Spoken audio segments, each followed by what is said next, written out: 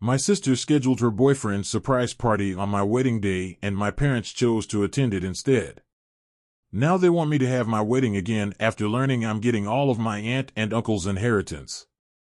I, 28F, have always felt like the black sheep in my family, especially when compared to my younger sister Elaine, 26F. Our parents, particularly our mom, have shown clear favoritism towards Elaine for as long as I can remember. I've never been able to figure out exactly why Elaine is the favorite, but it's been obvious since we were kids. When I was born, my parents were struggling financially and emotionally. They decided to let my aunt and uncle raise me for the first 6 years of my life. According to my aunt, my mom was dealing with severe postpartum depression, which made it difficult for her to care for me. My aunt and uncle didn't hesitate to take me in, understanding the severity of the situation. As a baby, I had no idea that my aunt and uncle weren't my real parents. I grew up in a loving household, feeling secure and happy. However, things began to change when I started school. My parents would visit occasionally, explaining that they were my real parents and that my stay with my aunt and uncle was only temporary. These visits were always confusing for me. I was excited to see my parents, but I also felt a sense of abandonment. I would watch them spend a few hours with me, playing and talking, but then they would leave, taking Elaine with them. This pattern continued, and it became clear that Elaine was always their priority. While my aunt and uncle provided me with all the love and care they could, the brief visits from my parents left me feeling unwanted. Finally, when I turned 6, my parents brought me back home. At first, I was excited to be reunited with my family, but the excitement quickly faded if I realized how different life was compared to living with my aunt and uncle. One of the first changes I had to adapt to was sharing a room with Elaine. She had always had her own room, and there was a spare bedroom that my parents could have given me. Instead, they insisted that Elaine and I share a room so that we could bond as sisters. Elaine hated this new arrangement and made her feelings clear. If I played too loudly or read books that my aunt and uncle had bought for me, Elaine would mock me, calling me names. Whenever I tried to decorate my side of the room, Elaine would scoff and call me childish. If I brought home a good grade from school and excitedly showed it to my parents, Elaine would roll her eyes and sarcastically call me the teacher's pet. When I practiced playing the guitar my aunt and uncle had gifted me, Elaine would tell me I sounded awful and should give up.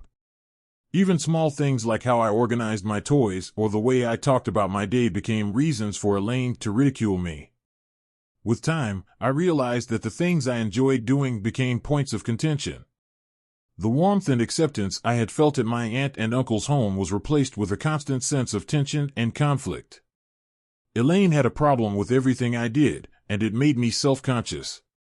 Imagine your younger sister, someone you wanted to bond with, making fun of you for every small thing. It made me start doubting myself. I was too young to understand that what Elaine was doing was bullying. I thought maybe I was the problem and just wanted to fit in with my family. I stopped reading my books at home and would only read them at school. I stopped playing my guitar altogether. I did all of this hoping that maybe Elaine would accept me if I changed. Unfortunately, no matter how much I tried to adapt and fit in, Elaine's attitude towards me didn't improve. The more I tried to please her, the more I felt like I was losing parts of myself. Even when I stopped doing all the things that annoyed Elaine, she would find new ways to mock me. I remember in my early teens, I developed acne due to hormonal changes. Elaine would constantly tell me how ugly I looked and that my face was disgusting. Hearing this was so hurtful that I would cry and go to our parents. Instead of supporting me and telling Elaine off, my mom would tell me to stop crying and toughen up. Dad wasn't much help either, he would try to stay out of it. Mom would tell me how I needed to stand up to my sister instead of coming to her. As a result of Elaine's bullying and my parents' inability to make me feel safe and loved, I felt confused and isolated. I longed for the nurturing environment I had with my aunt and uncle, where I had always felt valued and understood. My aunt and uncle did come to visit whenever they could, and when they did, they would try to gently talk to Elaine and tell her not to trouble me, but she never paid them any attention. As I grew older, I slowly became a very angry teenager. I remember that even though Elaine was younger than me, she was more popular at school, and she didn't like that I was starting to make friends. She would try to sabotage my friendships by spreading rumors about me. This time, instead of asking my parents for help, I started standing up for myself. I would confront her about the rumors and tell my friends the truth. Elaine would complain to our parents, and I would sometimes get scolded, but I still felt a mix of satisfaction and guilt for retaliating. The last straw that proved to me exactly how much my parents favored Elaine over me was during my high school graduation. I had worked hard throughout high school and was graduating with honors. I wanted my parents' support and presence at the ceremony, hoping for their pride and encouragement. However, just days before the ceremony, my mother informed me that Elaine had a dance recital scheduled on the same day.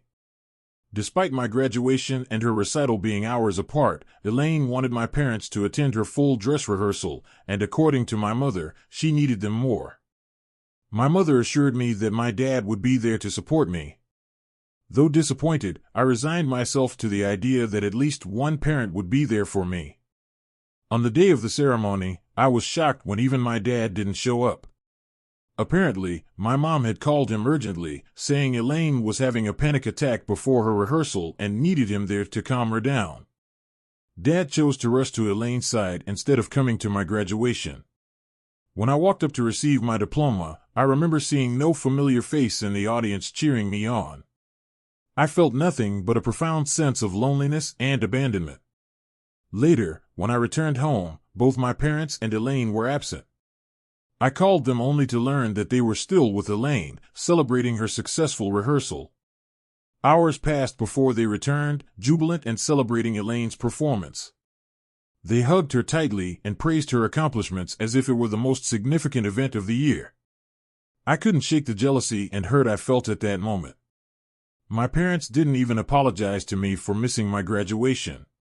It was a stark realization of where I stood in my parents' priorities. Despite my hard work and achievements, I was always overshadowed and unappreciated compared to Elaine. This entire thing became a turning point in my understanding of how my parents viewed us, and it shaped my perception of myself within my own family. I started to stop asking my parents for help or for them to be present. I stopped thinking that I could depend on them. Whenever I performed well in my studies or extracurricular activities, I no longer bothered telling them anything. The only people I could talk freely about my achievements with were my aunt and uncle, and they always appreciated me, even for small things. Their words meant more to me than any recognition from my parents ever could. When Elaine graduated from high school and was accepted into a prestigious university, my parents made a huge celebration out of it. They were bursting with pride, bragging about her achievements to everyone and hosting a party in her honor. I congratulated my sister because I genuinely felt happy for her, despite our difficult relationship. A year later, when I graduated from college with a degree in computer science and a job offer from a top tech company, my parents did nothing of that sort. Seeing this, my aunt and uncle wanted to celebrate my achievement by organizing a small gathering with close relatives and some of my friends. Initially intended to be a modest affair, word spread and many more family members and friends expressed their desire to join and show their support for me. However, my parents expressed disapproval, deeming this celebration as over the top. They felt that I didn't deserve such a lavish celebration, especially when they hadn't done the same for Elaine when she started college. Admittedly, the party that my aunt and uncle were throwing for me was indeed more elaborate than the one Elaine had when she graduated high school. However, I wish my parents could have let me have just one day without complaining. My mother argued that Elaine would feel really bad if she found out that our aunt and uncle were celebrating me with a party, especially considering they had only given her a gift card when she graduated. My aunt, visibly upset, reminded my mother how she and my uncle always had to step in to support and celebrate me because my parents never did. She pointed out how my parents had enthusiastically celebrated Elaine's achievements but seemed indifferent to mine. My uncle echoed her sentiments, questioning why there was a double standard in celebrating their children's successes. In response, my parents defended themselves, arguing that it was challenging to balance celebrations for two children and that their focus had naturally been on Elaine's milestone since she was the youngest. They claimed their hands were full and that they couldn't do everything for both of us equally. My mother further justified that just because they didn't celebrate me enough didn't mean that they didn't love me. Thankfully, my aunt and uncle were not convinced. My uncle argued back passionately that being parents meant being there for both children, not just one. He criticized my parents for not treating me with the same enthusiasm and support they always showed Elaine. In the end, my parents had no argument to stand on, so I did end up having a big party, just as my aunt and uncle wanted me to have. I had invited Elaine to attend, but she told me she was too busy with college preparations to attend a silly little party. For years, my parents continued to show their favoritism towards Elaine, even when we were both adults. It's also particularly evident in how they treat us and our significant others. While Elaine and her boyfriend were always warmly welcomed to our family gatherings, I felt increasingly excluded, especially after I started dating my boyfriend, Jake. When family events came around, my parents would extend invitations to Elaine and her boyfriend without fail each year. However, after I introduced Jake to them, suddenly my parents had concerns about their gatherings becoming too crowded if they invited Jake as well. It felt like a double standard. What made it worse was how my parents viewed and talked about Jake.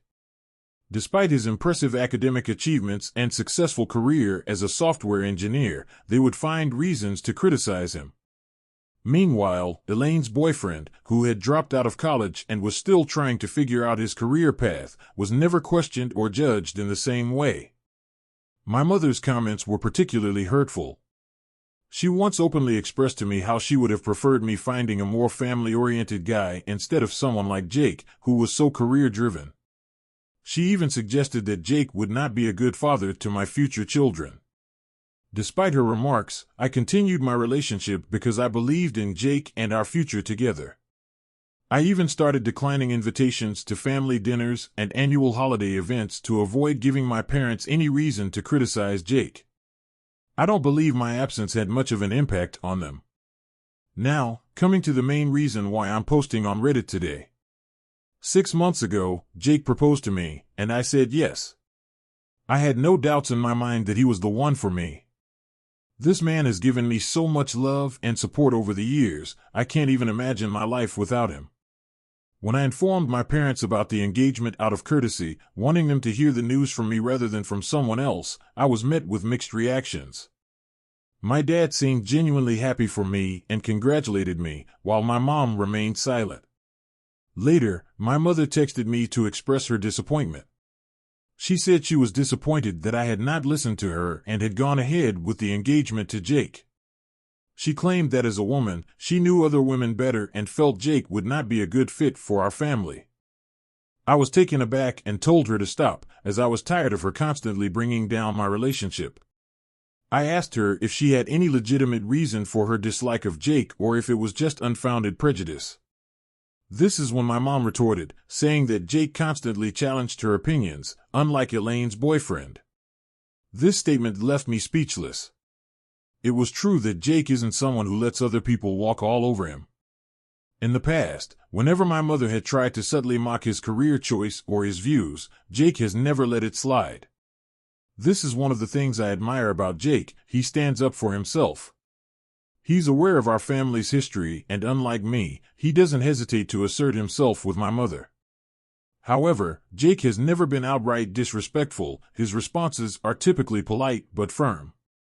It was clear to me then that my mother's issue with Jake was not based on any real behavior or character flaw, but rather on her discomfort with someone who wouldn't simply agree with everything she said. I told my mother that I didn't feel what Jake did was wrong in any way and that I wished I was more assertive like him.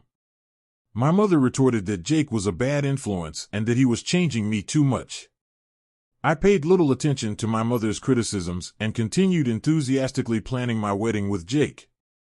2 months ago, I sent out wedding invitations to everyone, including Elaine. Despite not receiving any congratulations from Elaine after the engagement, I still harbored no ill feelings and extended an invitation to her for the wedding. To my surprise, Elaine declined the invitation without any explanation, which disappointed me somewhat. But what truly caught me off guard was when my dad called to inform me that while he would be attending, my mom had decided not to come. I knew my mom had reservations about Jake, but I had hoped that for the sake of our family and my special day, she would set aside those differences and join us. I was taken aback and asked why. My dad explained that Elaine had apparently planned a surprise birthday party for her boyfriend on the very same day, which my mom was going to attend instead of my wedding. This revelation was weird since I knew that Elaine's boyfriend's birthday was months away from my wedding date. I couldn't understand why they would hold a party on the exact same day as my wedding. Instead of confronting my mom first, I decided to reach out to Elaine directly to clarify things. Although we didn't often speak, I wanted to handle the situation with respect and dignity. I called Elaine and asked her straightforwardly about the birthday party and if that was really the reason she wasn't planning to attend my wedding. To my surprise, Elaine confirmed that this was indeed the case. She explained that her boyfriend had always wanted a surprise party, and they had originally planned it for his actual birthday, but they didn't have enough money saved up at the time. Hence, Elaine admitted that she had gone out of her way to make it up to her boyfriend by working hard and finding a special venue for their celebration that fit within their budget. Unfortunately, the only available date for this venue happened to coincide with my wedding day. I expressed my disappointment and gently suggested that she could have chosen a different date, emphasizing just how much I would have appreciated her presence at my wedding. However, Elaine replied that her boyfriend's happiness came above everything else and made clear that she wasn't willing to change their party date just to accommodate my wedding plans. Her words stung, and she didn't even wait for me to reply before disconnecting the call. Later, when I called my mom to discuss the situation, she resorted to the same age-old explanation she often used with me. She insisted that Elaine would feel hurt if she didn't attend her boyfriend's party and reiterated that my dad was already planning to attend my wedding, so I shouldn't be selfish and expect her to come as well. I told her, my voice almost breaking, just how painful it was for me to constantly feel like she treated me as inferior compared to my sister. I explained to her that she could do as she wished, but I was no longer going to acknowledge her as a parent after this. My mother scoffed at my words and told me that I should not be so overdramatic over my wedding. After the fallout with my mom over her refusal to attend my wedding, I chose to cut off communication with her entirely. My main focus shifted to ensuring that Jake and I had the most beautiful wedding possible and that our celebration was filled with joy and love. Despite my disappointment with my mom, I was grateful that my dad honored his promise and stood by me on my special day. When Jake and I finally tied the knot, my aunt and uncle, who had already anticipated my mom's absence despite their urging, were understandably upset and disappointed. They had even warned my mom beforehand, emphasizing the importance of her presence. The fact that she still chose not to come struck a deep chord with them. What made matters worse was when Elaine uploaded pictures from her boyfriend's surprise party, where my mother could be seen dancing and drinking as if she didn't have a care in the world. The issue wasn't what she was doing, but the way they both seemed to flaunt their disregard for my feelings about their absence from my wedding. My mom never once called me or Jake to check up on us or congratulate us throughout the whole day. Post-wedding, my aunt and uncle didn't hesitate to confront my mom about her absence from my wedding. They didn't hold back, expressing their disappointment in her behavior and didn't mince words while telling her plainly that they were fed up with how poorly she had treated me over the years. They told her that they had given her more than enough chances to be a good mother, but she clearly only cared about Elaine. They went as far as to threaten her with consequences, including potentially removing her from their will. When Mom tried to argue back with them, saying how Elaine's boyfriend's party was important to, they informed her that they would make sure that I got every penny of their inheritance since I deserved it more than her. This was a huge thing to be said by my aunt and uncle, and completely unexpected.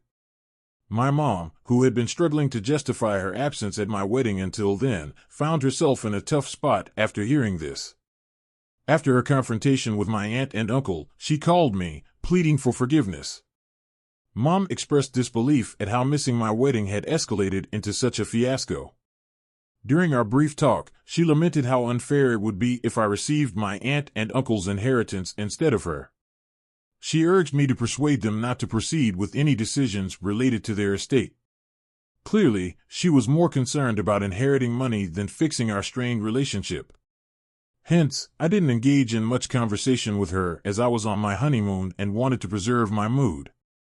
However, lately, after I came back from my honeymoon, she's been calling me almost every day, pleading for another chance to make things right between us. She suggested that Jake and I should have another wedding ceremony, this time with just close family members if possible, so she can also attend. She's expressed regret over missing my wedding and insists that I should give her an opportunity to remedy the situation. Her change of heart and persistent requests have put me in a tough spot.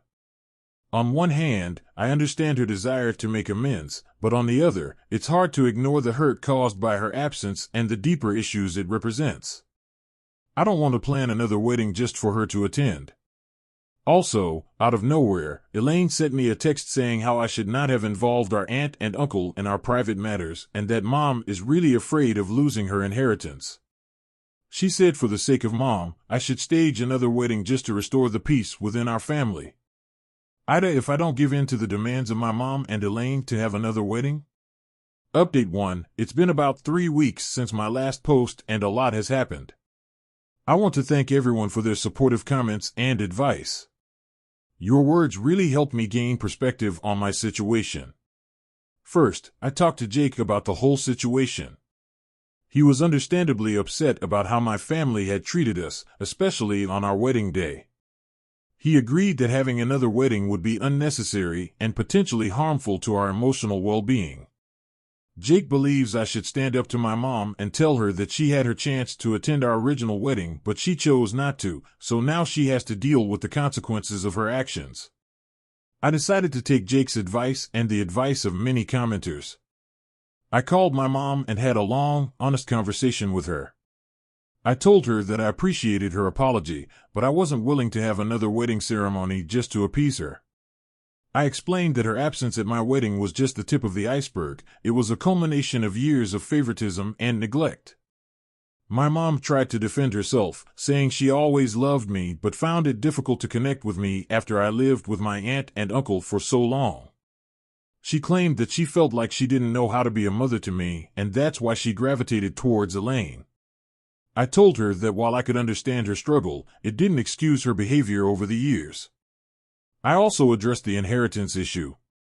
I made it clear that I had no intention of influencing my aunt and uncle's decision about their will.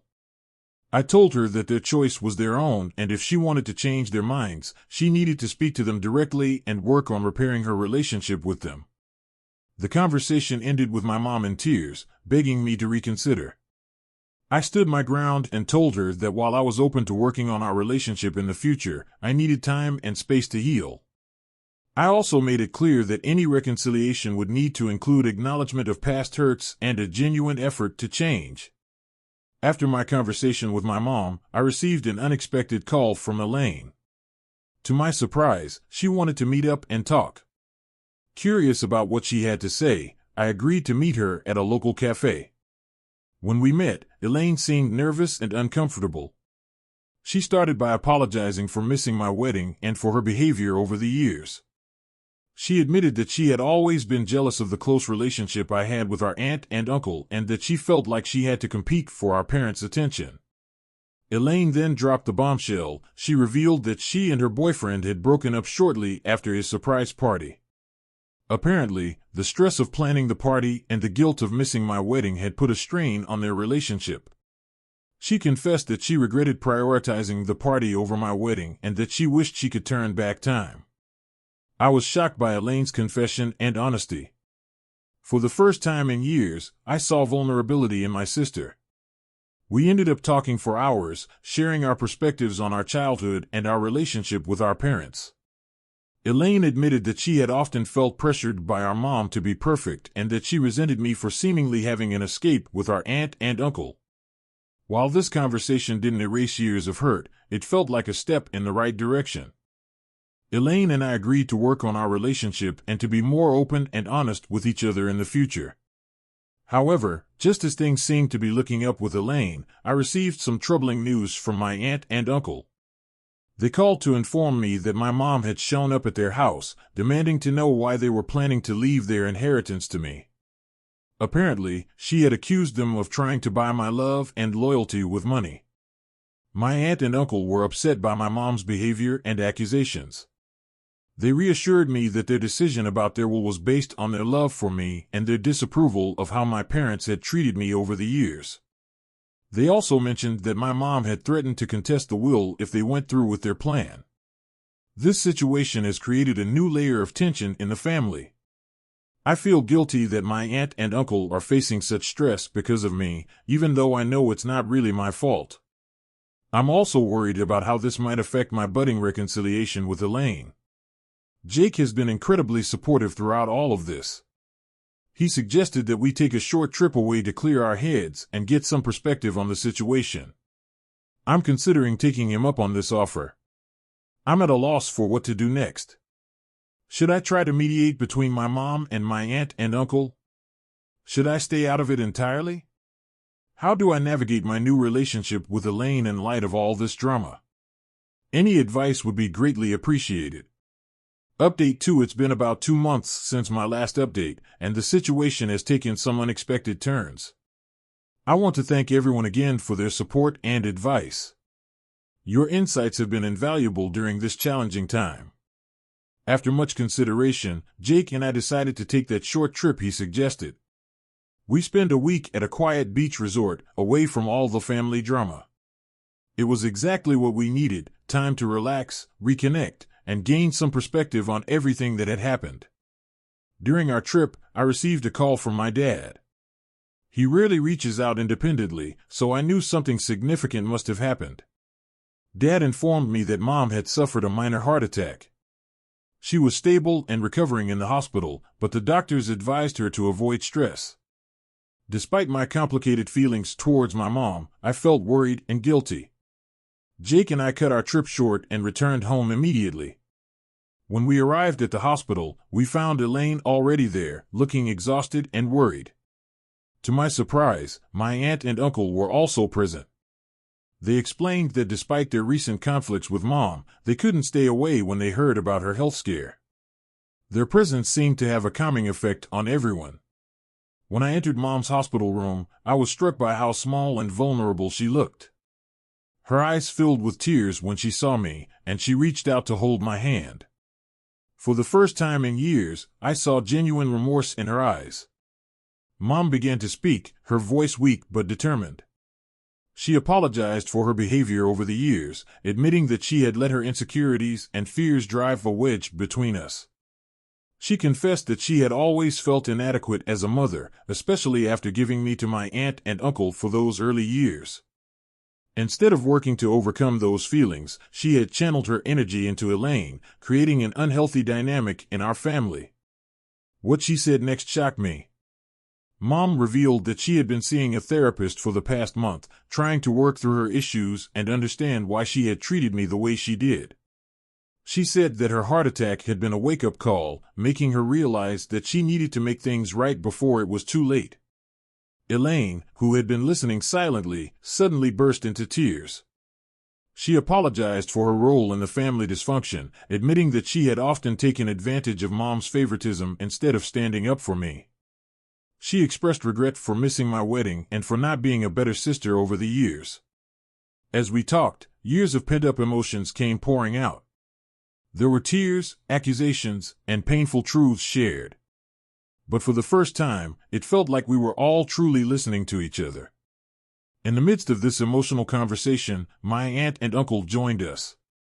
They shared their perspective on the situation, explaining why they had made the decision about their will. They emphasized that it wasn't about playing favorites, but about trying to right what they saw as years of imbalance in the family.